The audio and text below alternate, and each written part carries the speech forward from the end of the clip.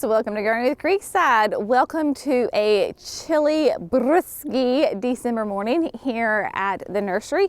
Today we are going to be planting a few more shrubs. These actually might be my last shrubs that I'm going to plant before the spring here at the berm. So I want to share with you these two fun, relatively new plants that are on the market, because I think you will be able to incorporate them and find a space for them in your garden.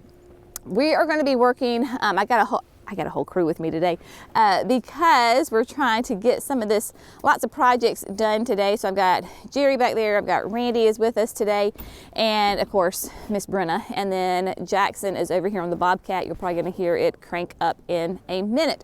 So we're going to be focusing at the top of the berm today. In this section on both sides, on my side and then where Jerry and Randy are, and then down here with this first set of loropetalums. Now, what we are going to be planting today, I have them in the back of Johnny. We are going to be putting in some of the gorgeous Quick Fire Fab hydrangeas from proven winners. Now, of course, it is December in North Carolina. Even though we are a zone 7B, we have had multiple freezes. So you can see that everything is dormant and they have their beautiful old flower heads on them. So you're just going to have to use your imagination and your vision for these. Now, the Quick Fire Fabs, we grew them at the nursery this year. We actually have them planted, some of them just over my shoulder, so that will help tie in. But the Quick Fire Fabs are fantastic because they are a panicle hydrangea, which work, in my opinion, the absolute best hydrangea, type of hydrangea in the South. Because we're so hot and we're humid and we're sticky, and these panicles are just fantastic because they reliably bloom on new growth. So every year you're guaranteed to get flowers, which I absolutely love. Also, Quick Fire Fab is going to be the earliest blooming panicle hydrangea on the market. When they come out with their new flowers in early summer, because they're going to bloom about 2 weeks before any other panicle, they are just the most beautiful, creamy white. They are stunning and they cover the plant. Now, in other climates, we didn't really find this a whole lot to be, the case here in the South. They did change, but they will eventually, they change to a beautiful pinky kind of color and then like a deep rose. Because of our hot, humid nights, sometimes those panicles do not change, and they'll, cream to whatever color and then straight to brown. But regardless of that, they are gorgeous plants. Now, Quick Fire Fab is going to be, I'm going to pull up the tag because there's all those numbers running in my head. It is going to be, of course, a sun to part sun flower plant, so it needs at least 4 hours of direct sun or more. Here at the berm, it is going to get all day sun. They're going to be a good little size, 6 to 8 feet tall, which will be really nice, 5 to 6 wide. So they are taller than they are wide, which we love. Hardy in zones 3 to 8. And just going to be a nice, strong, sturdy stems. You can see here on these, we're going to plant 3 in each section. So I've got 6 of them. Like this one has not been pruned down here at the bottom. There was a prune maybe one time right here. Maybe that was when it was, blooming. So when you have your panicle hydrangeas, you want to take the total size of that plant and cut it back by 1/3. So if you can see that plant, we're going to cut when it's time to prune about right here. And then you can come in and take any like broken limbs that have, take those off, take them back. You can clean out any little thin branches right there and take those out. So Quick Fire Fab is going to go basically behind the Russian sage. I'm going to have to come in here and space them out exactly, but generally speaking, it will be in this area right here. They will be mirrored on both sides, so you're going to have this beautiful pocket of stunning hydrangeas that are going to bloom just gorgeous flowers. I'm actually going to try a little experiment this year because our growing season is so incredibly long that once my hydrangeas bloom, right, and I have good flowers on them, and maybe when the heat of the summer starts to really hit, what I'm going to do is come in here and just lightly prune some of my blooms off the hydrangeas. That way they will reflush, and I will get a second flush of gorgeous fresh flowers late summer, early fall.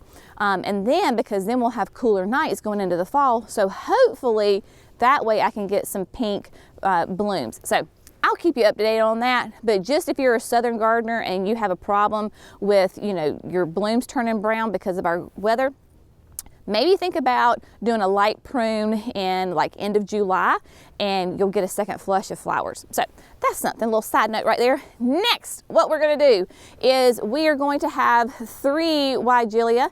This is new on the market, and this is Vinho Verde. You have heard me talk about this because we had have one of these plants rather, down in the trial beds at the nursery. The folks at Spring Meadow sent me one in the spring.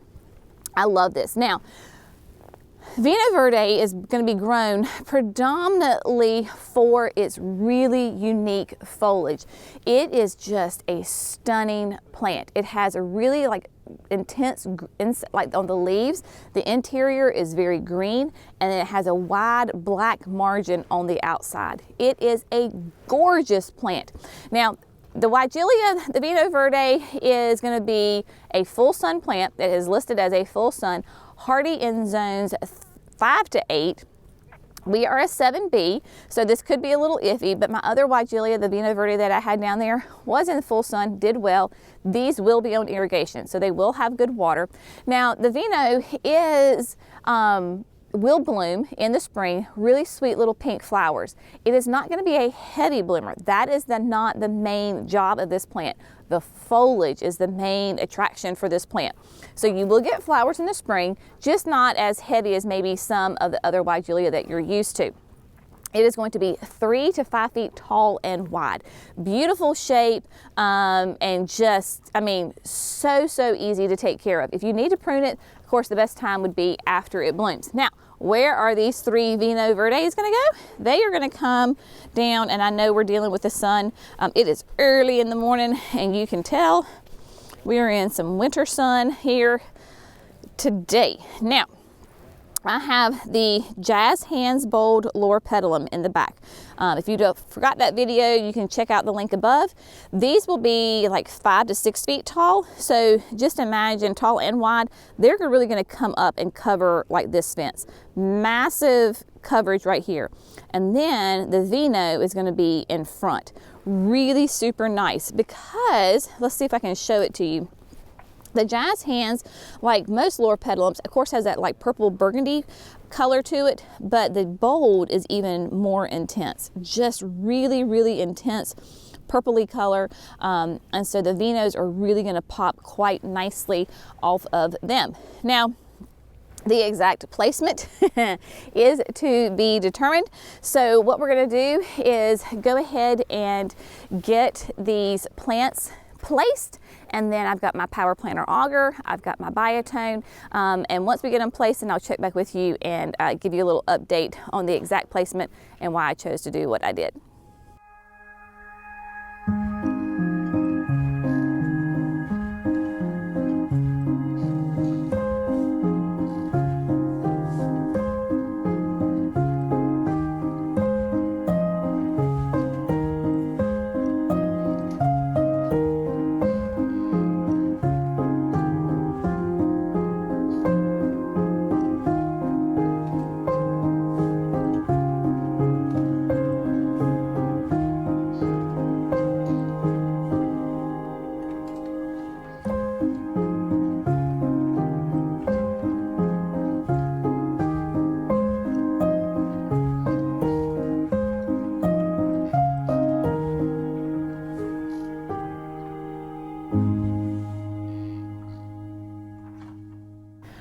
right, so we're going to keep it really simple with the placements of the weigela.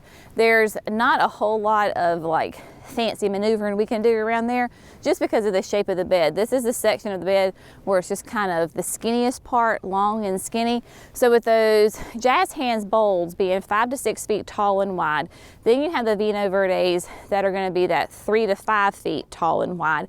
Both of them you can absolutely prune and keep them whatever size you want to.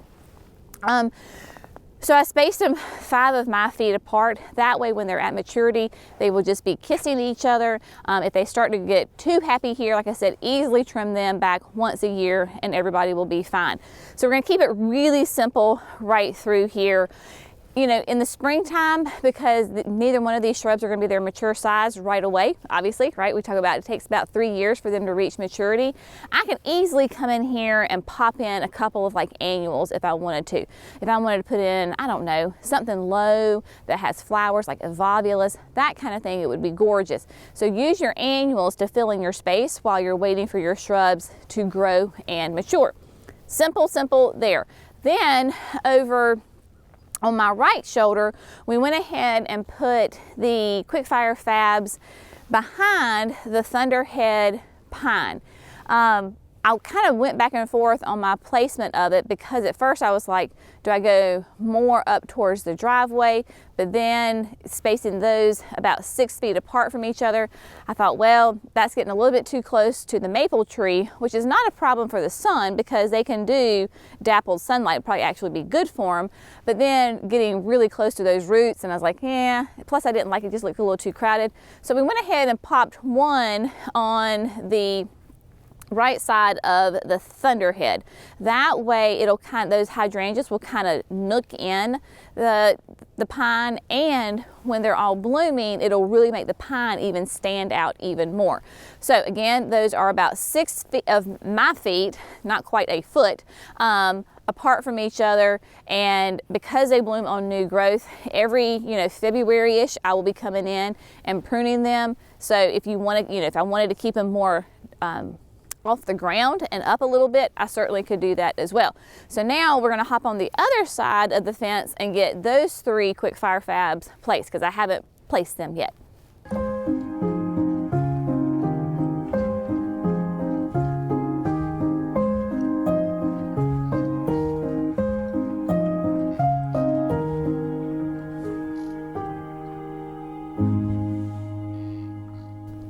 All right, so I got these 3 hydrangeas placed, and I somewhat did the same idea here that I did on the other side as far as using those hydrangeas to do a backdrop to the magnolia. So remember, this is the Stellar Ruby Magnolia from Southern Living Plant Collection.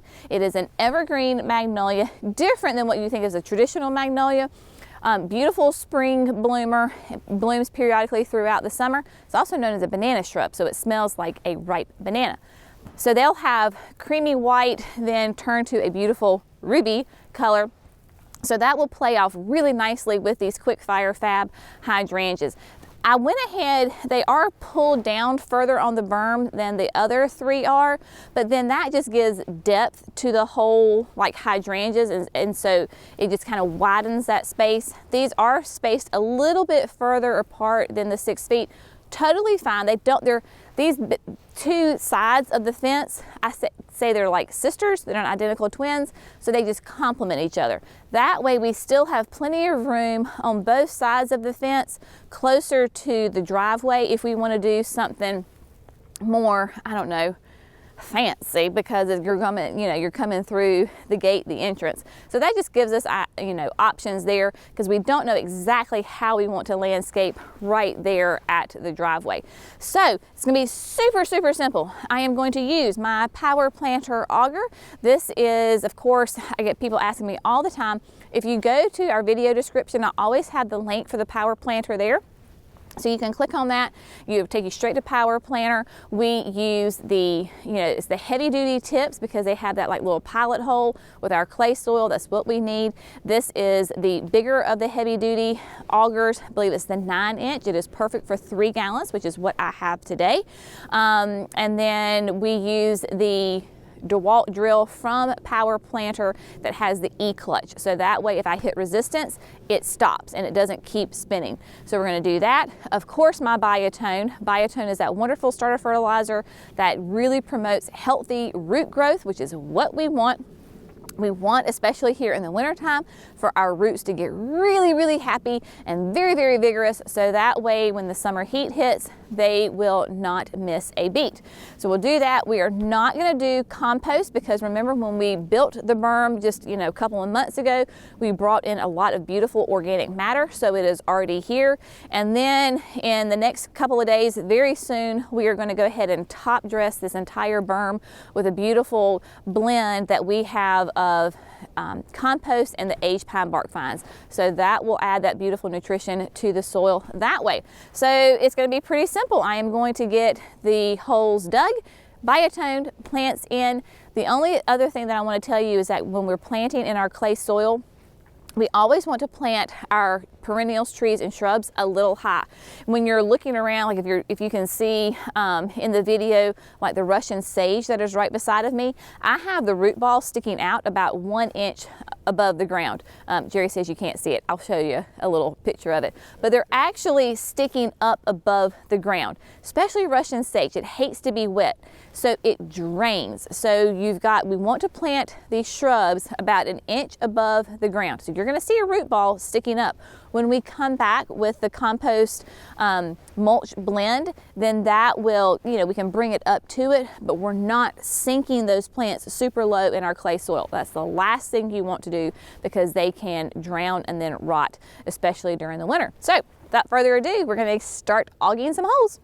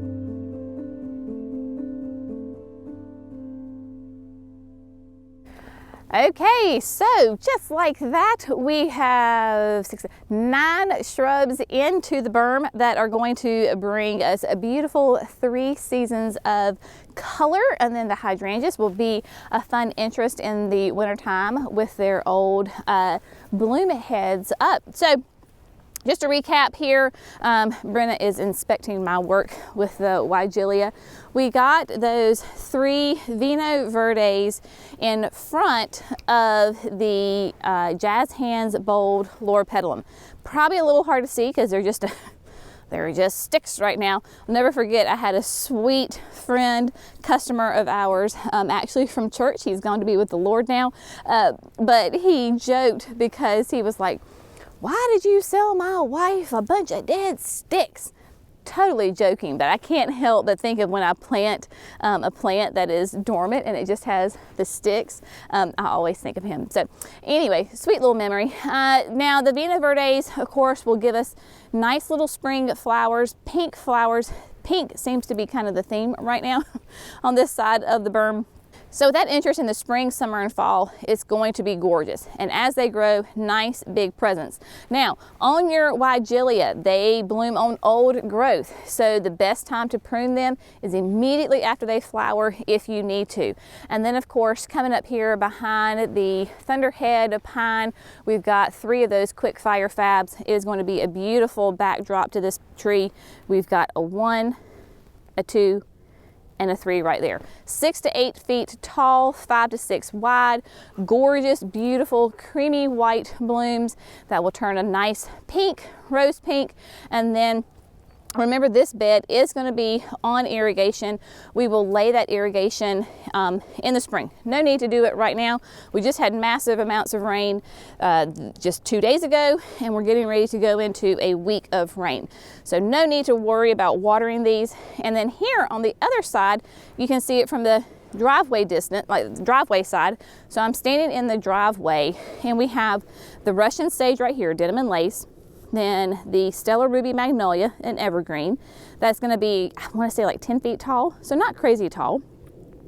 And then those 3 hydrangeas, again, wrapped around, that will actually then tie back in to these hydrangeas back here.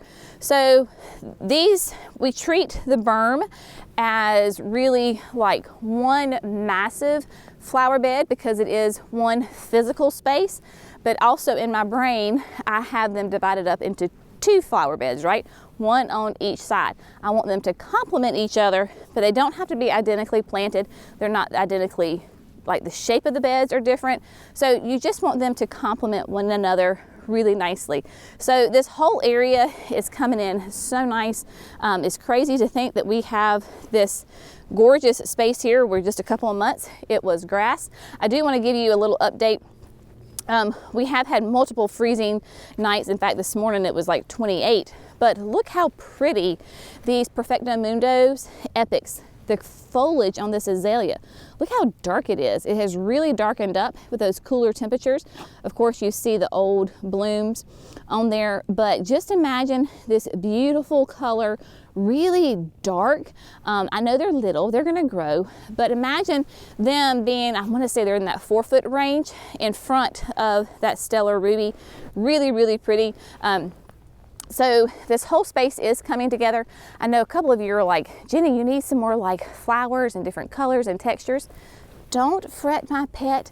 We have only just begun to plant this berm. This might be one of my very last plantings for the winter of the berm, but come springtime, I have a ton of perennials that I am going to put in this bed. We're going to do summerific hibiscus. We're going to do Shasta daisies. We're going to do perennial grasses. We're going to do phloxes. We're going to do some more sedums. We're going to do echinacea. Don't you worry. I have got plenty of lots of colors and textures and different bloom times, pollinators, native plants, you name it, I have got it that's going to go in here. It is going to be stunning. So just hold on. Winter is here, or almost here. So we're going to get those perennials in come springtime. But the next step on this flower bed is, we're going to do it in the next day or so, is to get, Jerry's going to come back and re-edge the bed, because we have had rain and then of course, you know, just traffic back and forth. So our edge needs to be redefined. He'll go super deep this time on that. So we'll re-edge it, and then we're going to come in here and compost mulch that blend that we use. We're going to do the whole entire bed, so it will really get nice and dressed up, make a massive difference as far as the appearance on this bed. So that is what is coming up. As always, thanks so much for gardening with Creekside. Y'all have a great day. We'll see you in the next video. Bye, friends.